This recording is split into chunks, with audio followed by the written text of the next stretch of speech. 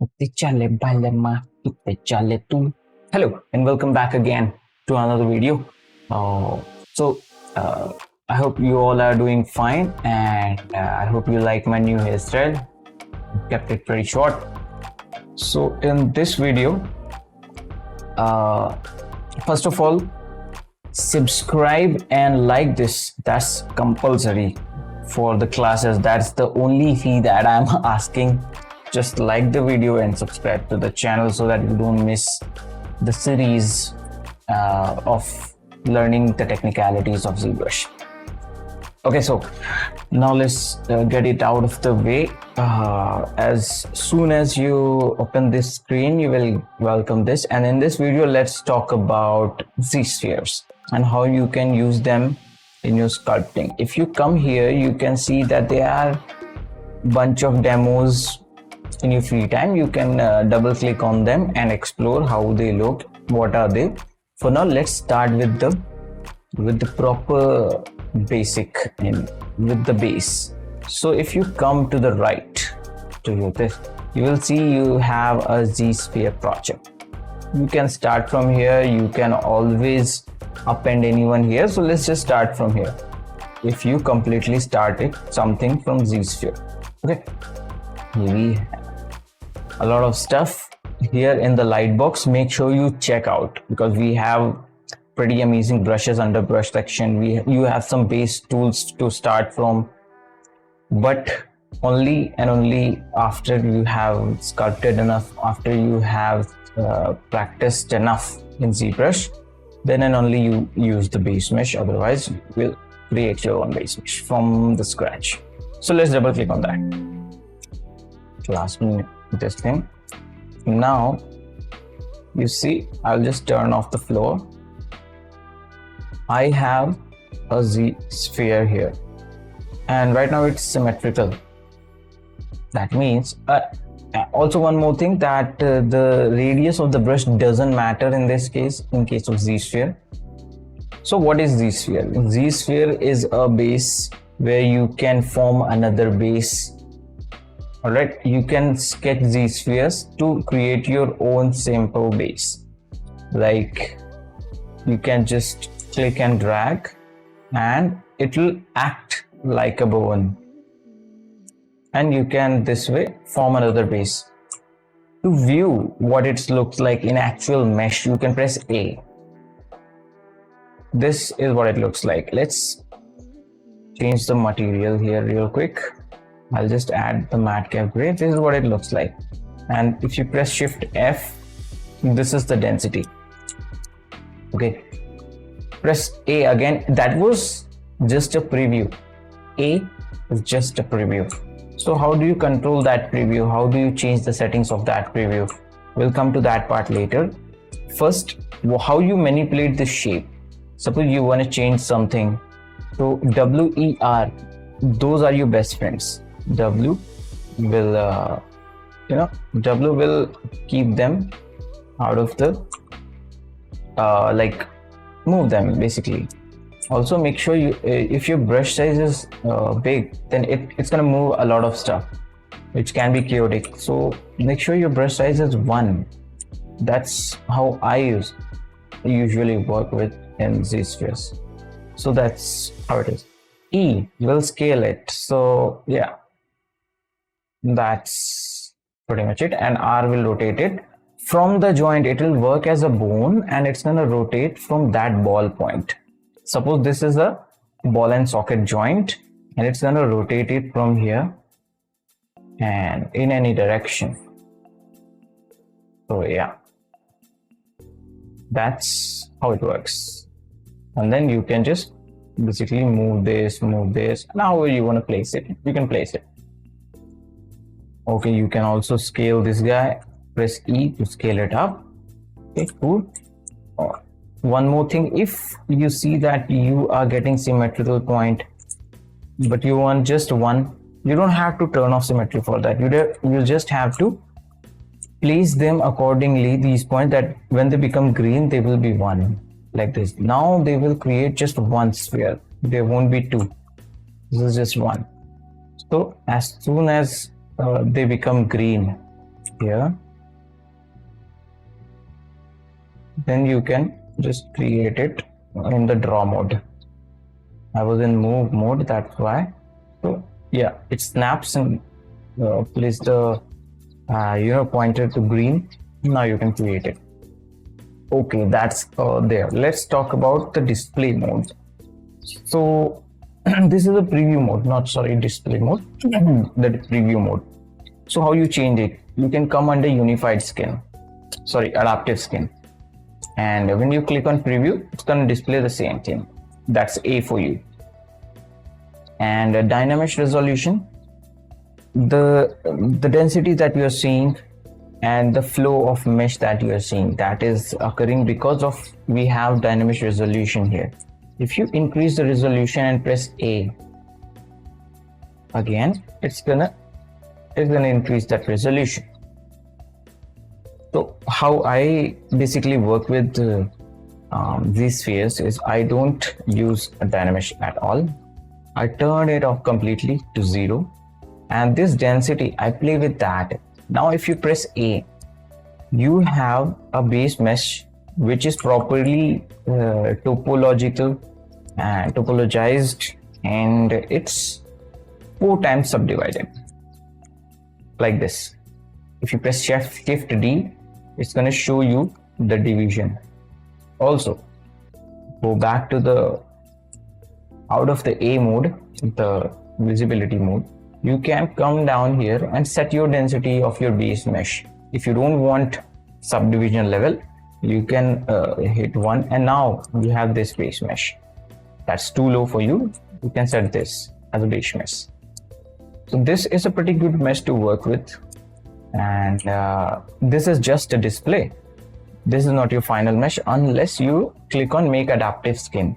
As soon as you click on make adaptive skin, it's gonna add another this skin ZSphere one. That is your actual mesh, not what is selected. That still we can press A to do that. But if you select this one, skin ZSphere one, which appended after we clicked on make adaptive skin, so this guy, if you press A, nothing happens, because this is your actual mesh where you can sculpt and where you can move stuff. Yeah, you can sculpt, smooth, do whatever you want. This is your actual mesh. Okay, so if you want to come back, you can come back again. You can press Q and start with the detailing. So that's how it works. You can create your base meshes pretty easily. Yeah.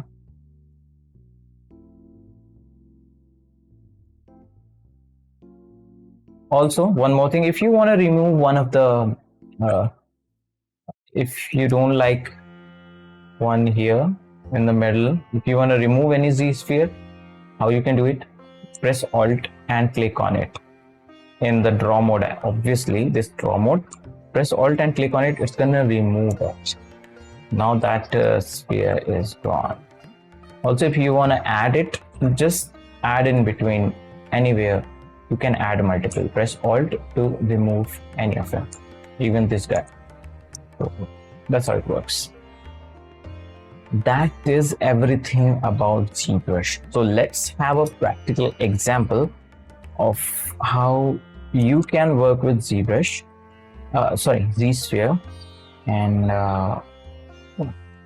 yeah, you can use them. Also, one more neat trick that I would like to show you is if you want to create the similar type of similar sphere below that or above that, anywhere, what you can do, as soon as you want to create, just create and press shift. It's going to create the size of whatever it's attached to. If you want to create this and the size of this, you don't know the size, you don't want to eye guess it, just press shift. It's going to create the same size, and that way you can have a long tube going on. You just have to press shift, it will snap to the same size. Shift, that's it, and you will have a wire going on like this if you want. I just showed you something which can be useful. So yeah, A, and that's it. Cool. Okay, so let's start with creating something real quick. And what? And you can guess. You're free to guess what I'm creating here.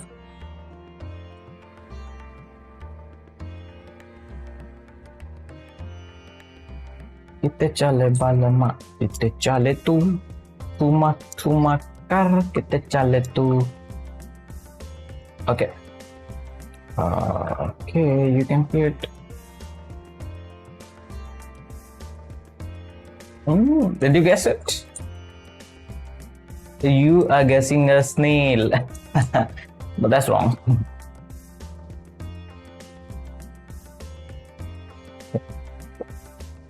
Later on, we can move it anyways. Scale it up a little bit.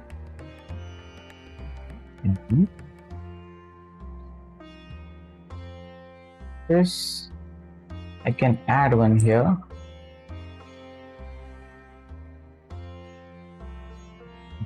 This, you can anyways move them accordingly.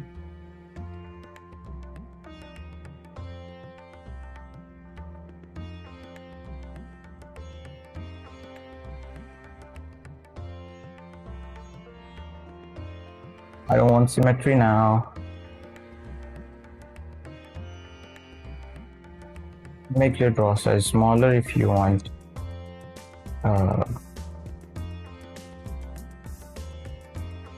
Okay.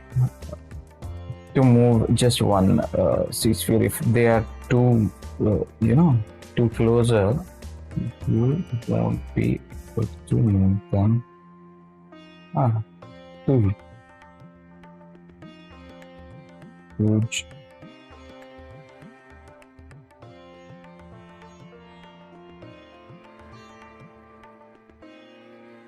Yeah, if you want, you can press the floor button and it will display the floor for your better judgment. For me, that's okay. It's just a demo, so I'm doing it fairly quick now. Okay, so I hope fine. And if you see this thing happening, that means that the ZSpheres are intersecting in another, and don't worry about it. That's okay, that's fine. You can just move it here and there, and that will fix it.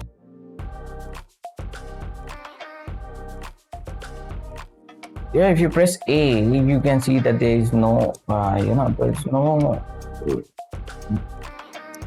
there's no error, so don't worry about it. So she's got a thick, but let's fix that.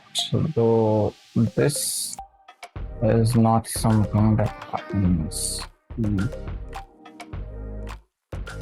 This leg comes accurate. This will be the one that will input. I'm not sure. I don't have references for this one, but for now, let's keep it that way. Okay, now suppose you have finished this one. Let's press on adaptive skin and make adaptive skin. You will get another mesh which is full of polygroups as well as the proper loops. What you can do is now Control D to subdivide it. You can bring it from there as well. That's fine by me. I can just subdivide it and I can simply start sculpting it. Okay, I'll just subdivide it a couple of times.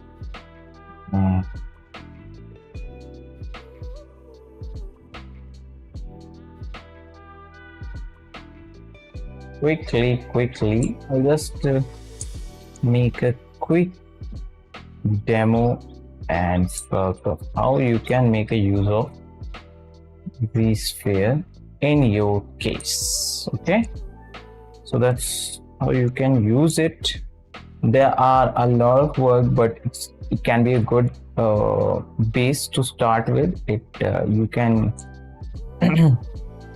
start using it for creatures, any kind of creatures, for your concepting as well. Oh my god, what a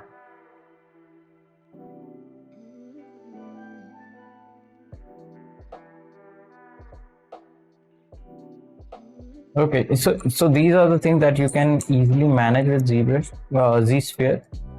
In my case, I just was a little bit out of time, so it's just a matter of scaling and placing your spheres in the proper, proper position, and that will be fine. Use some inflate brush. Why not?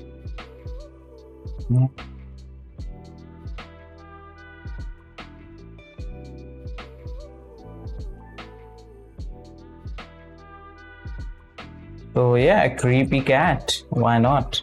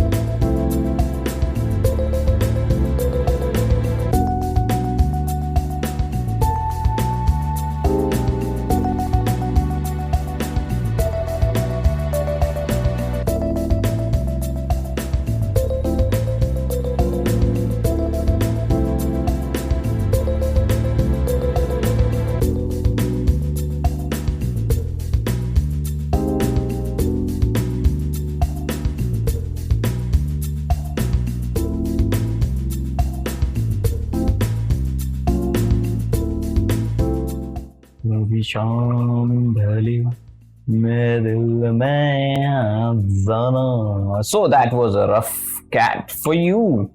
I'm not gonna detail a lot from this because achieving realism can be very tidy, and this is not my motto here. I hope you get the point what you can do with the ZSphere. So yes, that is it for this one. I hope you like it. I have not I'm not going to, I don't have much time to refine it further. So yes, I am not gonna refine everything, make it super realistic, and yeah, that's not the motto here. So maybe in future I'll do that using this base what I have created just now. So yeah, that's how you can use ZSphere in your advantage, and you can convert this into this. Not bad. So yes, that was it, and it actually took me full 25 minutes to create this one. So yeah, that's it, and let's see what we have in the next video. And for that, make sure to subscribe and like this. That's a compulsory. That is the feast that I've just asked. Don't angry me. Okay, so I'll see you there. Cheers. Bye bye.